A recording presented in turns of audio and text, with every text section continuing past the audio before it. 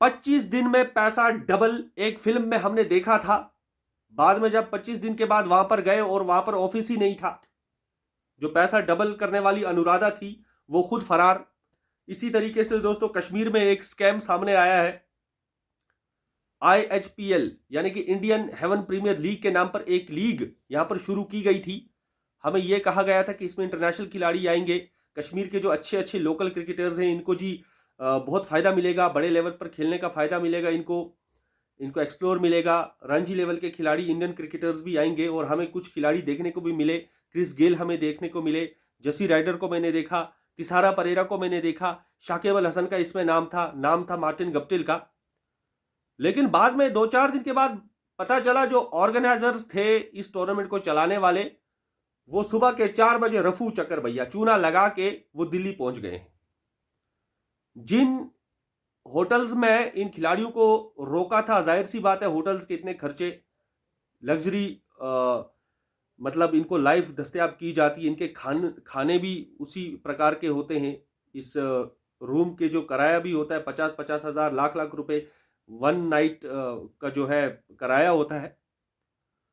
तो बाद में ये पता चलता है कि जिन ऑर्गेनाइजर्स ने डील की थी, यानी कि इन खिलाड़ियों के साथ पेमेंट की डील थी, जो भी था, एक लेडीज अंपायर को भी बुलाया गया था, इंग्लैंड से उनको बुलाया गया था एज एन अंपायर।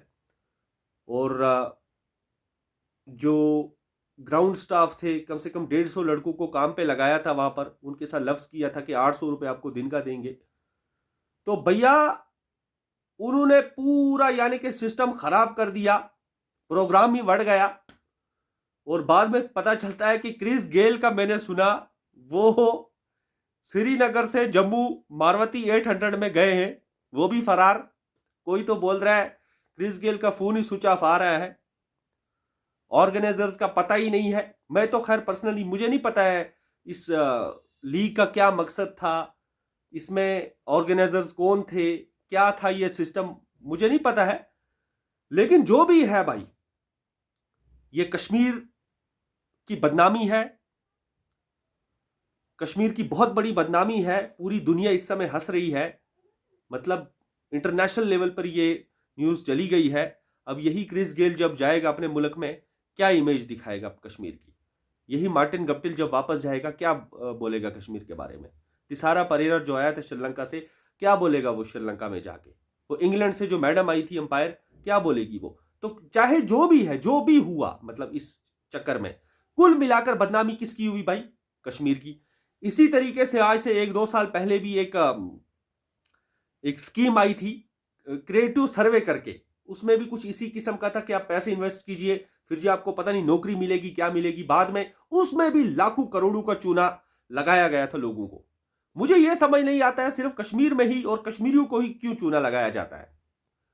इस लीग के नाम पर इतना बड़ा लोग दोस्तों चूना लगा है, मतलब इतने बड़े खिलाड़ी, क्रिस गेल जैसा खिलाड़ी आता है और मैंने ये सुना कि शायद क्रिस गेल को पैसे मिले हैं अपने, उसने अपने पैसे ले लिए, वो रफू चक्कर हो गया। बाकी जो लोकल क्रिकेटर्स हैं कश्मीर के, उन बेचारों को होटल में ही बंद कर लिया था कि भैया हमारे पैसे दो। अब वो बेचारे पैसे कहां से लाएंगे, पैसे देने किसको, ऑर्गेनाइजर्स को। अब ऑर्गेनाइजर्स ही गायब है।